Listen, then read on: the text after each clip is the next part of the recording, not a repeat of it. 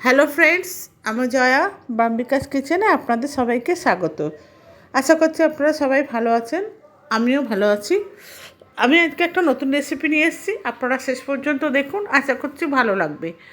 ভালো লাগলে তাহলে অবশ্যই লাইক শেয়ার কমেন্টস করবেন। আর পুরো নতুন বন্ধু যারা আছেন তারা আমার চ্যানেলটাকে যদি সাবস্ক্রাইব না করে থাকেন তাহলে তাদেরকে আমি আমার চ্যানেলটাকে সাবস্ক্রাইব করার অনুরোধ করছি। এবার তাহলে চলুন রেসিপিটা বানানো যাক। এই রেসিপিটা বানানোর জন্য আমি নিয়ে নিয়েছি 8-10 কোয়া রসুন। রসুনগুলো একদম ফাইনলি চপড করে নিচ্ছি, একদম মানে মিহি করে। নতুন বন্ধু যারা আমার চ্যানেলটাকে সাবস্ক্রাইব করার অনুরোধ করলাম, তারা অতি অবশ্যই বেল আইকনটা প্রেস করবেন, কারণ বেল আইকনটা প্রেস করলে আমি যখন কোনো নতুন ভিডিও আপলোড করব সবার প্রথম আপনাদের কাছে পৌঁছাবে। এবং ভালো লাগলে অতি অবশ্যই লাইক শেয়ার কমেন্টস করবেন। এইভাবে রসুনটাকে চপ করে নিতে হবে। এবার আমি একটা বড় গাজর নিয়ে নিচ্ছি। গাজরটাকে আমি ঠিক এইভাবে লম্বা লম্বাভাবে চপ করে নিচ্ছি।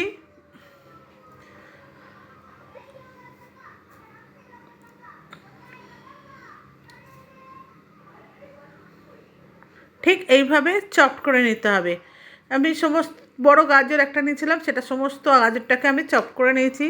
আর একটা নিয়েছি বড় ক্যাপসিকাম, সবুজ ক্যাপসিকাম, যেটা আমি এটা মানে চপ করে নিয়েছি। আর একটা বড় পেঁয়াজ নিয়েছি বিগ সাইজের, সেটাও ফাইনলি চপ করে নিচ্ছি।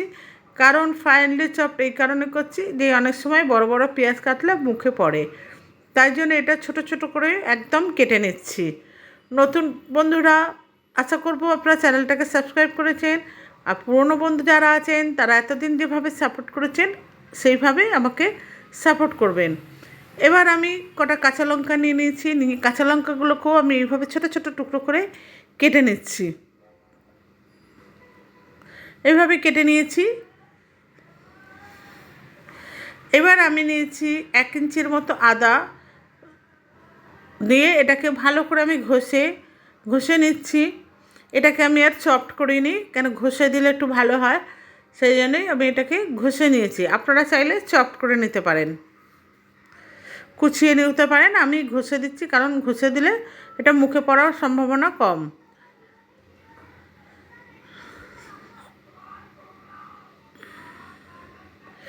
পুরনো বন্ধুরা এতদিন আমাকে যেভাবে সাপোর্ট করেছেন তার জন্য আমি আন্তরিক কৃতজ্ঞ এবং ধন্যবাদ জানাচ্ছি। এবার আমি এখানে নিয়েছি 150 গ্রামের মতো চিংড়ি মাছ, যেটা আমি খোসা ছাড়িয়ে ধুয়ে নিয়েছি। আর নিয়েছি 200 গ্রামের মতো চিকেন কিমা, যেটা এরম করে কেটে টুকরো টুকরো করে নিয়েছি, চপ মানে একদম মিহি করে চপ করে নিয়েছি। আর নিয়েছি গোটা গোলমরিচ, যেটাকে আমি গুঁড়ো করে নেব। গুঁড়ো করে নিয়েছি এইভাবে, মানে পুরো গুঁড়ো করিনি, একটুখানি দানা দানা রেখেছি। আপনারা চাইলে মার্কেটের গোলমরিচও ইউজ করতে পারেন। আর নিয়েছি 2টো ডিম, মার্কেটে গুঁড়ো করা গোলমরিচও ইউজ করতে পারেন। আর নিয়েছি সাদা লবণ, স্বাদ অনুসারে ইউজ করব। এবার আমি এখানে একটা কড়াইতে তেল বসিয়ে দিয়েছি, কড়াই বসিয়ে দিচ্ছি গ্যাস ওভেনে, দিয়ে ওর মধ্যে আমি সাদা তেল দিয়ে দিয়েছি। 3-4 চা চামচের মতো তেল দিয়েছি, আর 1 চা চামচের মতো আমি গাওয়া ঘি দিয়েছি। এবার এটা গরম হয়ে গেছে, এই তেলটা গরম হয়ে গেছে। আমি এখানে এবার তুলে দিচ্ছি কেটে রাখা গাজরগুলো আমি একটু ভেজে নিচ্ছি, কারণ গাজরটা প্রথমত একটু শক্ত হয়। আর যদি আমি এটা পরে সব ইনগ্রিডিয়েন্টস সাথে মানে উপকরণ সাথে যদি ভাজি, তাহলে গাজরটা একদম ভেঙে যেতে পারে। তাই জন্য আমি গাজরটা প্রথমে একটুখানি হালকা করে নেড়ে ভেজে তুলে নিচ্ছি। একদম খুব ভাজবো না, তাহলে মানে একদমই গলে যাবে, তাই জন্য অল্প একটু ভেজে আমি তুলে নিলাম।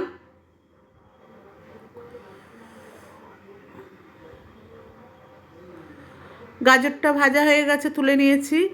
এবার ওই একই তেলের মধ্যে আমি দিয়ে দিলাম আদা, কুড়ে রাখা আদাগুলো, আর দিয়ে দিচ্ছি রসুনের টুকরোগুলো, দিয়ে আমি 10 থেকে 15 সেকেন্ডের মতো এগুলোকে ভেজে নেব। কারণ এর কাঁচা গন্ধটা যাতে ছড়িয়ে যায় এবং বেরিয়ে যায়। কাঁচা গন্ধটা বেরিয়ে গেলে হালকা করে ভাজা হয়ে গেছে। এবার আমি এর মধ্যে দিয়ে দিচ্ছি পেঁয়াজগুলো, টুকরো করা পেঁয়াজগুলো দিয়ে ভালো করে আমি ভেজে নেব। একটু হালকা লাল করে ভেজে নেব, 15 থেকে 20 সেকেন্ডের মতো ভাজলেই হবে। এবার ভাজা হয়ে গেছে। এবার আমি এর মধ্যে দিয়ে দেবো চিকেনের টুকরোগুলো, যে কিমা করা চিকেন ছিল সেই চিকেনটা। আপনারা বাড়িতে সলিড পিস এনেও এটাকে কিমা করে নিতে পারেন। দিয়ে এবারে এটাকে ভালো করে নেড়ে চেড়ে একটু ভেজে নিচ্ছি। এবার যতক্ষণ চিকেনটা ভাজা হচ্ছে ততক্ষণ আমি আরেকটা গ্যাস জ্বালিয়ে ওখানে ভাত বসানোর জন্য আমি জল নিয়ে নিয়েছি।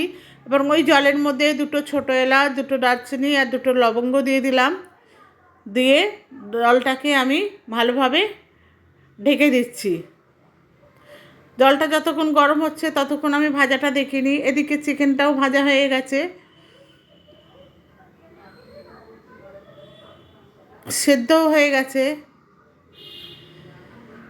এবার এর মধ্যে আমি দিয়ে দেবো কেটে রাখা ক্যাপসিকামগুলো।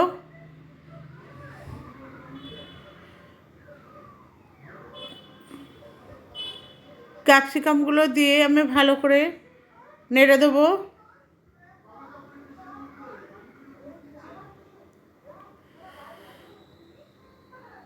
আমি এখানে বোনলেস চিকেন নিয়েছি।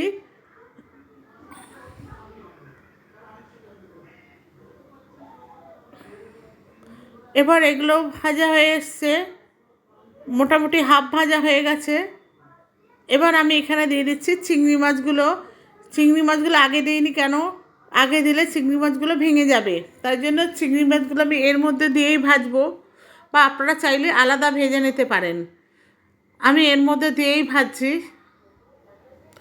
কোনটা বেটার হবে, আলাদা ভেজে দিলে না এর মধ্যে দিয়ে ভাজলে, এটা আমাকে কমেন্ট বক্সে জানাবেন। এবার আমি এর মধ্যে দিচ্ছি লবণ, স্বাদ মতো লবণ দিলাম। আমি এখানে অল্প লবণ দিচ্ছি কারণ যখন আমি রাইস দেবো তখনও আমি লবণ দেবো। এবার এটা ভাজা হয়ে গেছে।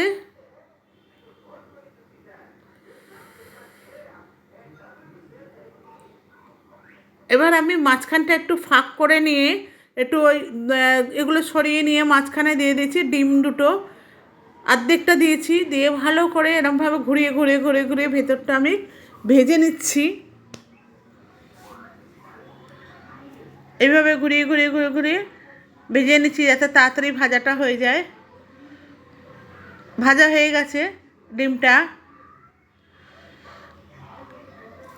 এবার আমি দিয়ে দিলাম পুরো গাজরগুলো। আমি পুরো ডিমটা ভেজে নিয়েছি, নিয়ে তারপরে আমি ওই ভাজা গাজরগুলো তুলে দিলাম। দিয়ে এবার নেড়ে ছেড়ে ভালো করে ভাজবো।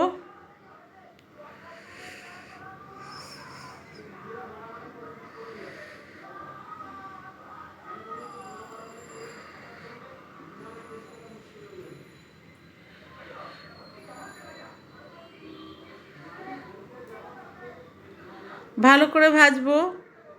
এবার আমি এর মধ্যে দিয়ে দিলাম কাঁচা লঙ্কাগুলো।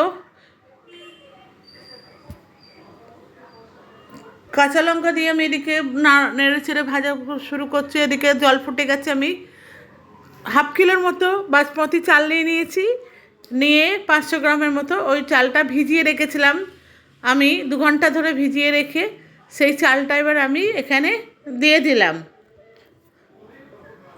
দিয়ে ভালো করে আমি ভাতটা বানিয়ে নিচ্ছি। ভাতটা আমি 90% মতো সেদ্ধ করব, আর বাকি 10% আমি কড়াইতে করব। বাসমতি রাইসটা হয়ে গেছে। দিয়ে আমি ভাতটাকে নামিয়ে এটা জলটা ঝরিয়ে নিচ্ছি। এদিকে আমার এগুলো ভাজাও হয়ে গেছে, ভাতও হয়ে গেছে। এবার ভাতটা আমি এর মধ্যে মিশিয়ে দিচ্ছি। আমি এখানে কাজু আর কিশমিশটা ব্যবহার করিনি, আপনারা চাইলে ব্যবহার করবেন, কারণ আমার মেয়ে কিশমিশটা খায় না, তাই জন্য আমি এটা ইউজ করিনি। এবার আমি এর উপর থেকে দিয়ে দিলাম গোলমরিচের গুঁড়ো। আপনারা চাইলে কাজু কিশমিশ, কড়াইশুঁটি, এগুলো মটরশুঁটি দিতে পারেন, আমি এগুলো দিইনি। ভালো করে এবারে নুন আর গোলমরিচ দেওয়ার পর আমি ভালো করে এটাকে নেড়ে ছেড়ে নিচ্ছি। এবার আমি এর ওপর দিয়ে একটুখানি চিনি ছড়িয়ে দিয়েছি, যাতে একটু মিষ্টি মিষ্টি ভাব থাকে, কেন ফ্রাইড রাইসে একটু মিষ্টি হয়, তাই জন্য একটু চিনি ছড়িয়ে দিয়েছি 1/2 চা চামচের মতো। দিয়ে ভালো করে আমি নেড়ে ছেড়ে দিচ্ছি। আমার রেসিপিটা এখানে তৈরি হয়ে গেছে এবং পরিবেশনের জন্য একটা পাত্রে আমি তুলে নিচ্ছি। বন্ধুরা, আশা করছি আপনাদের ভিডিওটা খুব ভালো লেগেছে। ভালো লাগলে অতি অবশ্যই চ্যানেলটাকে ভিডিওটাকে শেয়ার করবেন, চ্যানেলটাকে নতুন বন্ধুরা সাবস্ক্রাইব করবেন এবং পাশে থাকা বেল আইকনটা অতি অবশ্যই প্রেস করবেন। আর পুরনো বন্ধুদের কাছে আমি কৃতজ্ঞ যে আমাকে এতদিন ধরে এইভাবে সাপোর্ট করেছেন, এবং আরও অনুরোধ করব আমাকে এইভাবেই সাপোর্ট করবেন। ভিডিওটা শেষ পর্যন্ত দেখার জন্য ধন্যবাদ।